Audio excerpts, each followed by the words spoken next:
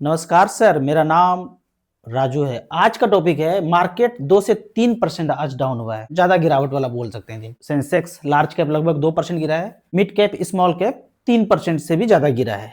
तो अब यहाँ पे इन्वेस्टर का क्या यहाँ पे एक्शन होगा, तो इसके पहले एक चार्ट देखते हैं। वो चार्ट ये है कि 90 से लेके अभी 2026 तक पिछले 36 साल में मोगेम्बो ने क्या क्या ड्रामा रचा। सब ड्रामा रचा हुआ है, कुछ अपने आप नहीं होता है, कुछ किया जाता है तभी कुछ होता है। तो यहाँ पे दिखाया गया हर साल में कोई कांड किया मोगेम्बो ने तो कितना डाउन हुआ है, 59% डाउन हुआ।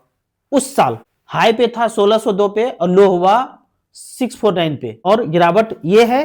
लेकिन क्लोजिंग 1 जनवरी से लेके 31 दिसंबर तक उस साल में 37% का रिटर्न उस साल का जनरेट करके दिया।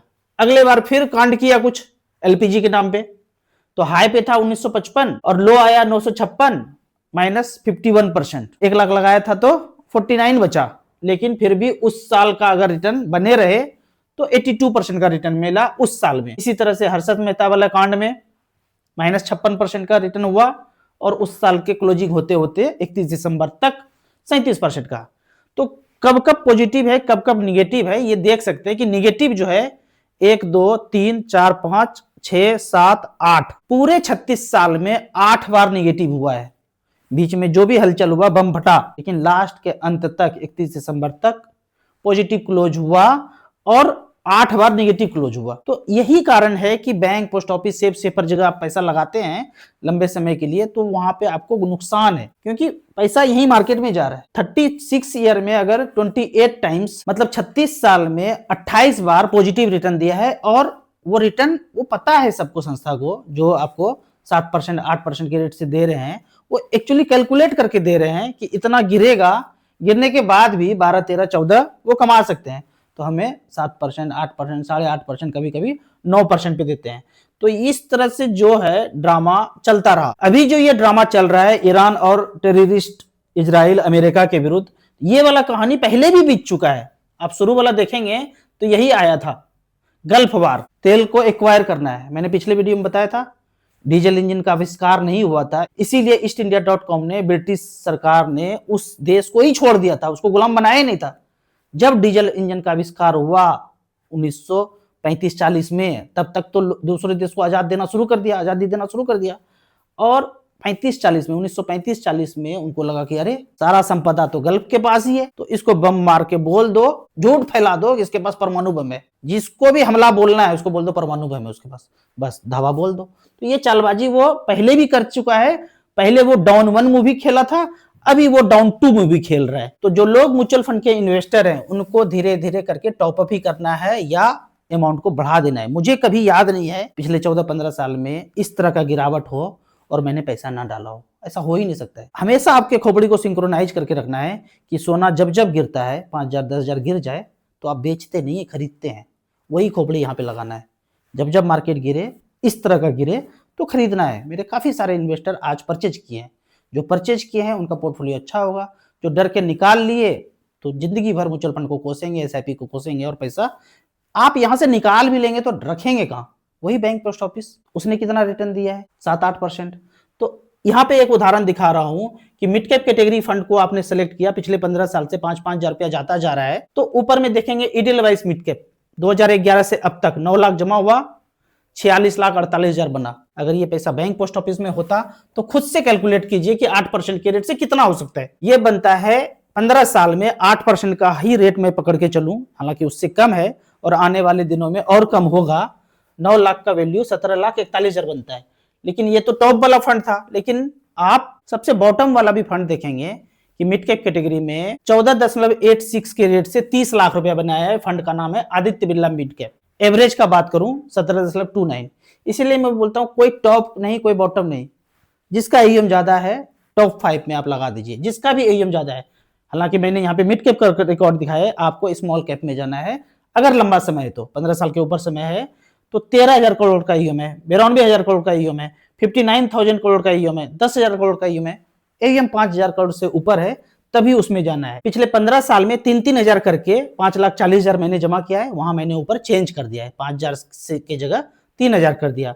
तो पिछले 15 साल में जमा करता गया 3-3 हजार की दर से 5,40 जमा हुआ, आज वैल्यू यहाँ पे 24 लाख दिख रहा है, लेकिन मेरे पोर्टफोलियो में 3-3 हजार एसआईपी के मोड से तो इतना ही बना, पर बीच बीच में टॉपअप करता चला गया, 24-25 लाख रुपया ही दिख रहा है और ये 47 लाख दिख रहा है, तो बीच बीच में टॉपअप किया। जब जब गिरावट, इस तरह का गिरावट जब जब हुआ तो इसमें मैंने कुछ कुछ टॉपअप किया, तो ये रिटर्न यहाँ पे इतना दिख रहा है, 18.7% का रिटर्न है। आज मार्केट डाउन है, फिर भी मैं निकालूं तो इतना पैसा 3 दिन के बाद अकाउंट में आ जाएगा। अब यहाँ पे एक जरूरी सूचना है, मेरे नाम से, मुझे तो पहली बार आश्चर्य हो रहा है कि इन्वेस्टर नहीं भेजा है, फेसबुक से, इंस्टाग्राम से, अलग अलग आईडी से इस तरह का ग्रुप क्रिएट किया जा रहा है कि इन्वेस्टमेंट कर दीजिए। ये मैं कभी ऐसा नहीं करता हूं कि किसी को कॉल करता हूं, मेरी तरफ से कॉल जाता है और फ्रेंड रिक्वेस्ट या इन्वेस्ट कर दीजिए। ऐसे जो भी इन्वेस्टर हमारे पास आते हैं कॉल करके, मेरा एक ही नंबर है 9929 641265, उसी नंबर से कॉल जाएगा। और किसी भी वेबसाइट पे अगर वो नंबर नहीं लिखा हुआ है तो मेरा वो पेज नहीं है, वेबसाइट नहीं है, ऐप नहीं है, मेरा ये वो मोबाइल नंबर नहीं है। एक ही मोबाइल नंबर से आपको जाएगा 9929 641265, उसी नंबर से जाता है तो मेरा है, नहीं तो वो स्कैम है। तरह तरह का स्कैम हो रहा है मतलब लोग तो भेज रहे हैं, ऐसा कुछ अभी तक हुआ नहीं है, कुछ होगा तो जरूर बताएंगे। तो इस तरह का कोई फ्रॉड हो जाए तो इससे बचना है। एक ही नंबर है, उसी नंबर से फोन आएगा, मैसेज आएगा 9929 641265। अब यहाँ पे कुछ इन्वर्टेड कॉमा का बात करते हैं। ईस्टइंडिया.com 1600 शताब्दी में भारत घुसा बाइबल लेके, धर्म का प्रचार करेंगे, और उसके पीछे, बाइबल के पीछे गोली बंदूक, दारू, नशा का चीज लेके आया कि सबको मात देंगे, सबको खत्म कर देंगे, डरा करके धमका करके सब कुछ एक्वायर कर लेंगे। तो ऐसा घुसा। फिर 1700 शताब्दी में गांव में पता चला कि यहाँ पे कॉपर का खदान है, कोयला का खदान है, रेलवे बिछाना है, ऐसे करके आया अंग्रेज का लोग। तो वहां के गांव के इंटेलिजेंट लोग, हमारे जैसे लोग, आपके जैसे लोग, इंटेलिजेंट लोग, उसको गांव को इकट्ठा करके खदेड़ के भगा दिया। बोले खदान तो हमारा है ना, तुमको क्यों दूंगा, दिल्ली वाले लोगों को क्यों दूंगा, ये तो मेरा है, भारत देश के लोग हैं, यहाँ का संपदा मेरा, वहां का संपदा उसका, दिल्ली में जो बैठा है दिल्ली के लोग का, वहां का संपदा उनका, उड़ीसा में जो बैठे हैं उनका, कर्नाटका में जो बैठे हैं उनका, यहाँ पे मैं हूं तो मेरा। खदेड़ के भगा दिया। एक जगह पे, दूसरी जगह बोला कोयला है यहाँ पे, बोला ये तो मेरा है ना, तुम्हारा क्या है, भगा दिया। फिर तीसरे जगह बोला रेल बिछाने आ रहा हूँ, पटरी बिछाने आ रहा हूँ, तो पटरी बिछाने, जितने भी इंटेलिजेंट लोग हैं बोले इस गांव में जो पटरी बिछा रहे हो, हमारे शहर में जो बिछा रहे हो, तो हमारे पास संपदा कुछ आएगा या यहाँ से जाएगा, तो जवाब नहीं दे पाया। अगर तो आएगा तो बोला हमको तो कुछ चाहिए नहीं, हम तो बहुत समृद्ध हैं, सोना चांदी से लबालब है, हमको तो कुछ चाहिए नहीं। तो रेल वेल उखाड़ के फेंक दिया, बोला हमको कुछ नहीं चाहिए। अगर तुम कुछ बना रहे हो तो यहाँ से कुछ ले ही जाओगे ढो करके, रेलवे इसीलिए बनाया था, ढो करके ले जाएंगे। आज जो हाईवे बन रहा है वो यहाँ से कुछ ले जाने के लिए बन रहा है, हमारे आपके चलने के लिए नहीं बना जा रहा है। तो जितने भी गांव के, शहर के इंटेलिजेंट लोग थे, मोगेम्बो के प्लान को धाराशायी कर देते थे। फिर दिमाग आया कि इन लोगों को गांव से निकालना पड़ेगा, इंटेलिजेंट लोगों को गांव से निकालना पड़ेगा, तभी यहां हम लूटपाट मचा सकते हैं। तो एग्जाम निकाला, IAS officer, IPS officer, PO, railway, SSC, तरह तरह का 100 तरह का एग्जाम निकाल दिया। अब फिर एग्जाम लिया गया, क्वेश्चन पेपर सेलेक्ट हुआ, हार्ड क्वेश्चन सेलेक्ट किया, बोला हर एक गांव से 50-50 व्यक्ति को सिलेक्ट करना है। तो इस हार्ड पेपर को कौन कंपीट कर पाएगा, एग्जाम को कौन पास कर पाएगा, तो वो व्यक्ति जिसमें खोपड़ी है, इंटेलिजेंट है, जैसे मैं 98% मैथ में, दूसरा साइंस में डिस्टिंक्शन, तीसरा, मतलब इस तरह से इंटेलिजेंट लोग इसको पास कर लिया। जैसे ही पास किया, गांव से 50-50 को लिया, सबको लाल बत्ती दे दिया, सबको लाल बत्ती दिया। अब कहानी फिर तीसरा रचा मोगेम्बो ने, बोला इस स्टेट का, इस राज्य का लड़का है तो इसको यहां नौकरी लगा दो, इस राज्य का है तो यहां लगा दो, इधर वाला को उधर कर दो, उधर वाला को उधर कर दो, अपने जगह पे तो मत रहने दो। अब यहाँ पे कॉपर का खदान चला, बोला कर लो, यहाँ पे चला कोयला का खदान, बोला कर लो, हमें क्या मतलब है, हमारा थोड़ी है। यहाँ पे रेलवे बिछाना शुरू किया, बिछाने दिया, हमें क्या मतलब है, हमारा लाल बत्ती मिला हुआ है, हमें सब कुछ अच्छा नौकर चाकर चल रहा है, हमें कोई दिक्कत नहीं है। एक बात ध्यान रखना है, मातृभूमि सिर्फ वही भूमि है, सिर्फ वही जगह है जहां पे हम पले बड़े हैं, खेले कूदे हैं, बाकी कोई भी जगह मातृभूमि नहीं है। इतना देशभक्ति नहीं करना है, सिर्फ उसी जगह से देशभक्ति करना है जहां पे हम जन्म लिए हैं, पैदा लिए हैं।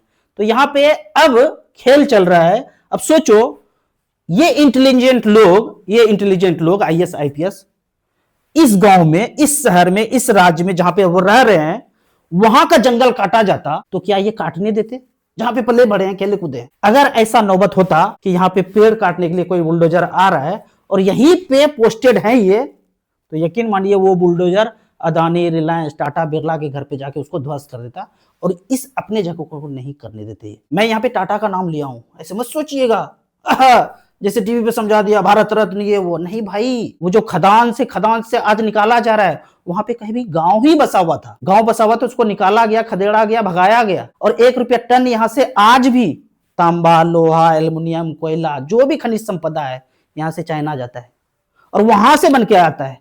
वहां फैक्ट्री बनाया, वहां कारखाना लगाया, वहां सब कुछ किया, यहां से सिर्फ सामान जाना है।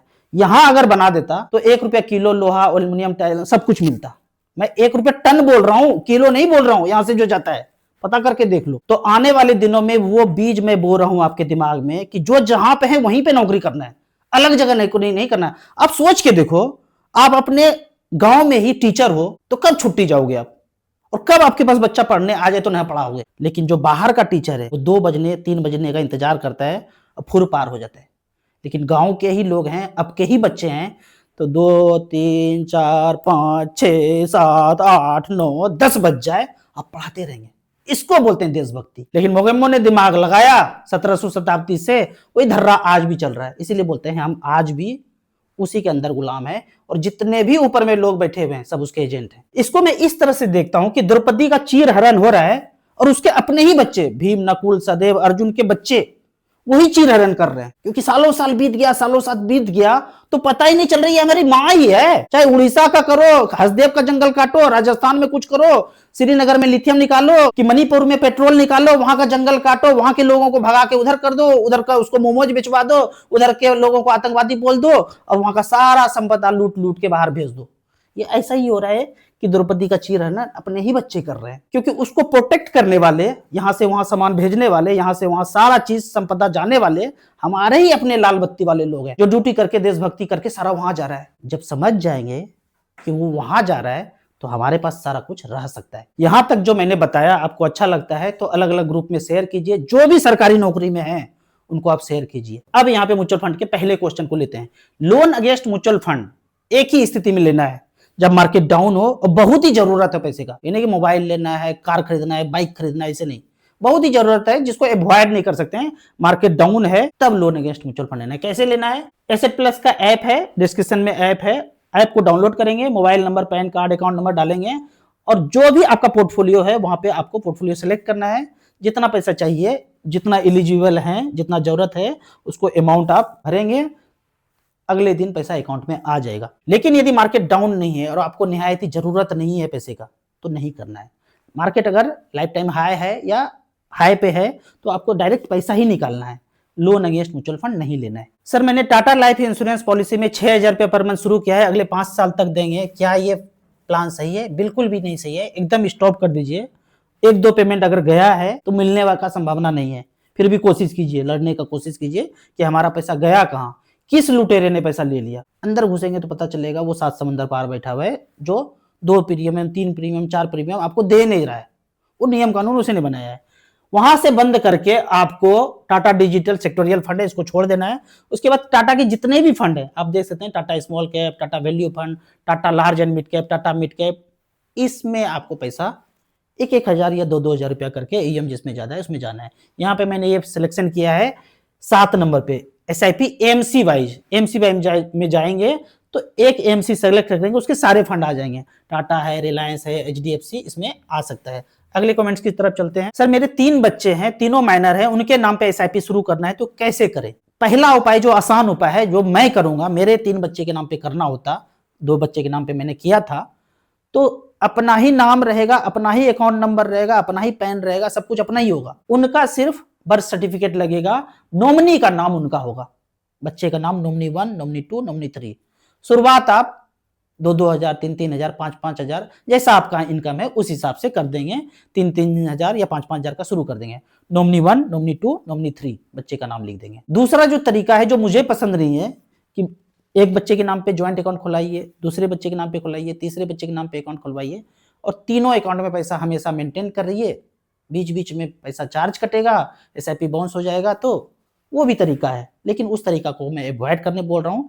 सब कुछ आपका लगेगा, या वाइफ के नाम पे या मदर फादर है, ज्वाइंट नहीं करना है, उनको गार्जियन बनाना है, सब कुछ उनका लगेगा, मतलब एज ए पेरेंट्स फादर के नाम पे है तो फादर का पैन, आधार, अकाउंट नंबर उनका सिर्फ बच्चे का सिर्फ birth certificate as a nominee होगा, एक अपने साथ एक वाइफ के साथ, ऐसे करके आप बच्चों को नाम पे शुरू कर सकते हैं। 3 हैं तो 2 अपने नाम पे एक वाइफ के नाम पे शुरू कर सकते हैं। और यहाँ पे आपके बच्चे छोटे हैं और यहाँ से आप 15 साल 16 साल 12 साल 13 साल इस तरह से SIP आप आगे चला सकते हैं। तो सिर्फ स्मॉल कैप एक मिड कैप भी लेके छोड़ सकते हैं।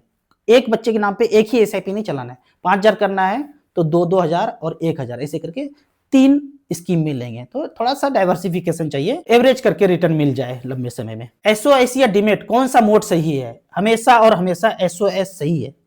ये इसीलिए मोगेम्बो चालबाजी कर रहे हैं कि SOS डीमेट कि सारे जितने ब्रांच हैं धीरे धीरे सब खत्म हो जाए। डीमेट के मोड में ब्रांच का जरूरत नहीं है, लेकिन SOS मोड में आप कहीं भी जाके फिजिकल स्टेटमेंट ले सकते हैं। SOS में कहीं आपको स्टेटमेंट नहीं मिलेगा। अभी आप किसी भी MC में जाते हैं, जो भी MC है कैंप्स कार्बी कैंप्स में जाते हैं, SOS मोड में आपको स्टेटमेंट मिल सकता है, इस मोड में नहीं मिलेगा।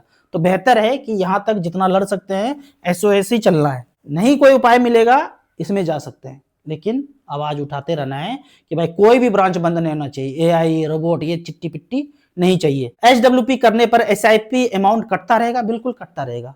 अभी आप 3-3 हजार या 5-5 हजार का SIP चला रहे हैं, कॉर्पस बन गया 30 लाख 40 लाख 50 लाख। अब यहां से आप SWP करना चाहते हैं, 50 लाख हो गया, 50,000 रुपये पर मंथ करना चाहते हैं, करते रहिए SWP।